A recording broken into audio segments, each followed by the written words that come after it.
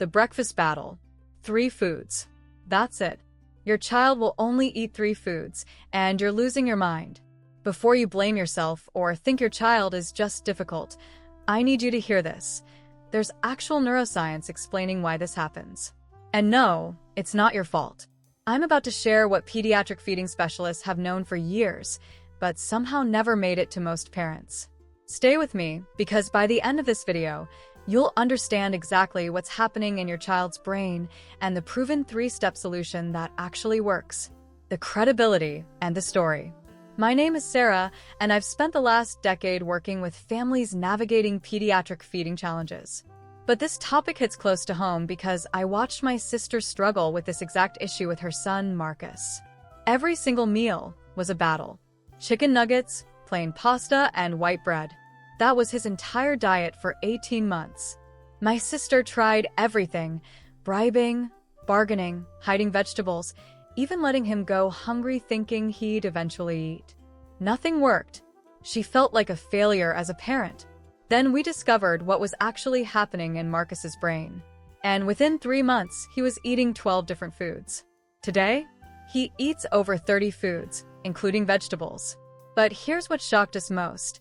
The solution wasn't about the food at all. It was about understanding his nervous system. Drop a comment right now. How many foods does your child willingly eat? Let's see if you're dealing with the same thing. Myth number 1. They're just being picky. Let's bust the first massive myth. This isn't pickiness. When a child restricts their diet to just a handful of foods, we're looking at something called Avoidant/Restrictive Food Intake Disorder, or sensory-based food aversion. Here's the science.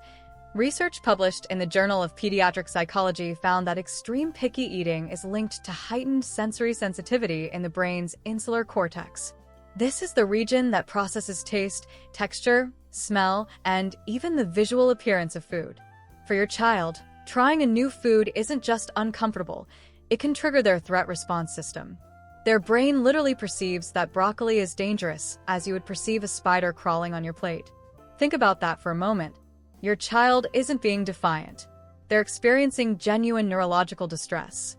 This means punishment, pressure, or just one bite approaches actually make the problem worse by increasing their anxiety around food. Myth number 2. They'll grow out of it. The second myth that's hurting families: they'll eventually grow out of it. A longitudinal study from Duke University followed selective eaters for 6 years. The findings?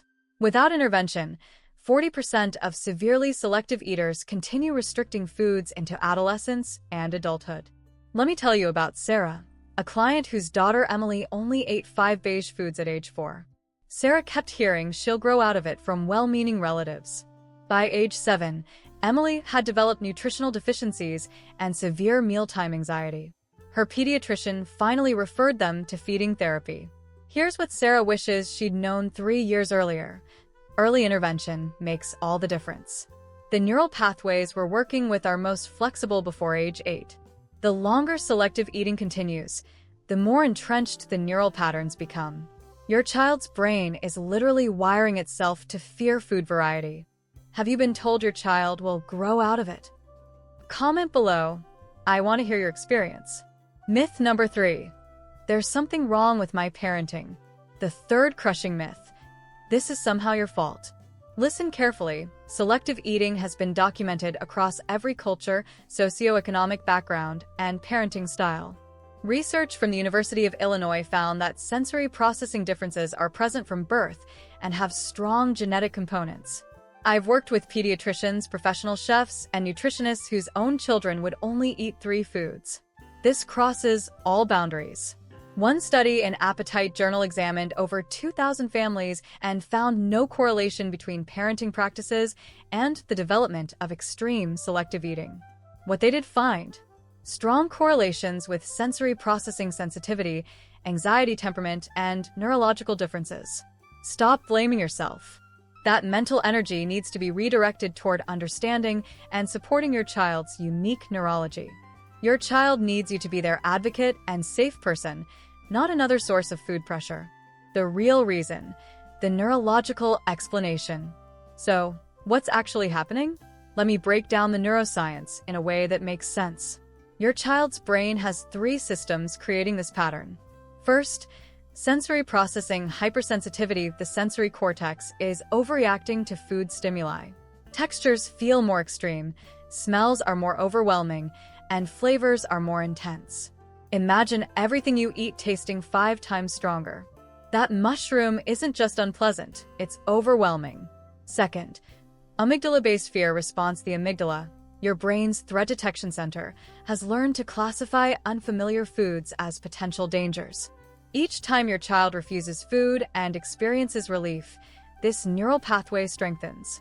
It's classic conditioning, but happening unconsciously. Third, interoceptive awareness differences. Many selective eaters have difficulty reading their body's internal hunger and fullness cues. This makes the entire eating experience confusing and stressful. Now here's the game changer. Understanding this means we can work with the brain's neuroplasticity to create new patterns. Remember Marcus, my nephew? Once we understood his sensory system was in constant overdrive, we stopped fighting against it and started working with it. The solution: the 3-step feeding framework. Here's the framework that changed everything for Marcus and hundreds of families I've worked with. Step 1. Create nervous system safety, weeks 1 to 2. Remove all pressure around food immediately. No bribing, no just one bite. No hiding vegetables. Serve your child safe foods alongside new foods without any expectation they'll be eaten. Specific action. At every meal, include at least one food you know they'll eat. The new food is just visiting the plate, no touching required. Research from the University of Reading found that it takes an average of 15 exposures to a new food before a child even considers tasting it. But here's the key: those exposures must be pressure-free. Step 2. Sensory food play, weeks 3 to 8. Introduce food through play, not eating. Let your child touch, smell, and explore new foods without any eating expectations. Specific activities. Let them help wash vegetables. To create food art on plates. Play with dried pasta for crafts. Paint with yogurt or pudding. This desensitizes the sensory system while building positive associations. You're literally rewiring the threat response. Step 3. Bridge food strategy, ongoing. Use foods they already accept as bridges to new foods. If they eat chicken nuggets, try different nugget shapes, then strips, then grilled chicken pieces. Specific progression for Marcus. Week 1 to 2. Plain pasta, safe food. A week 3 to 4. Pasta with butter, minimal change. A week 5 to 6. Pasta with Parmesan, texture change. A week 7 to 8. Pasta with tiny broccoli pieces mixed in. Week 9 to 10. Visible broccoli on the side. Small changes. No pressure. Celebrating every tiny step. What's one food you think could be a bridge food for your child? Drop it in the comments. Let's brainstorm together. Real results and recap. Marcus went from 3 foods to over 30 in 9 months. But more importantly, mealtime stopped being battles. He stopped feeling broken, and my sister stopped feeling like a failure. Let's recap what you need to remember. 1. This isn't pickiness, it's neurology. Your child's brain is processing food differently.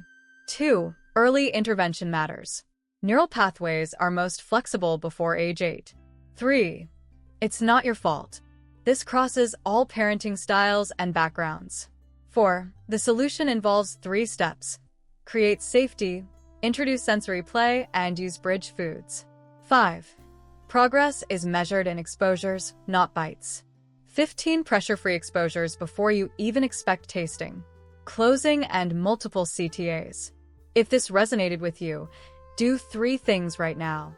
First, hit that like button so YouTube shows this to other parents who desperately need this information. Second, subscribe and ring the bell because next week I'm breaking down the specific sensory activities that work best for different age groups. Third, comment below with your biggest takeaway or your current struggle. I read every single comment, and this community is here to support you. You are not alone in this. Your child is not broken, and there is a path forward. I'll see you in the next video.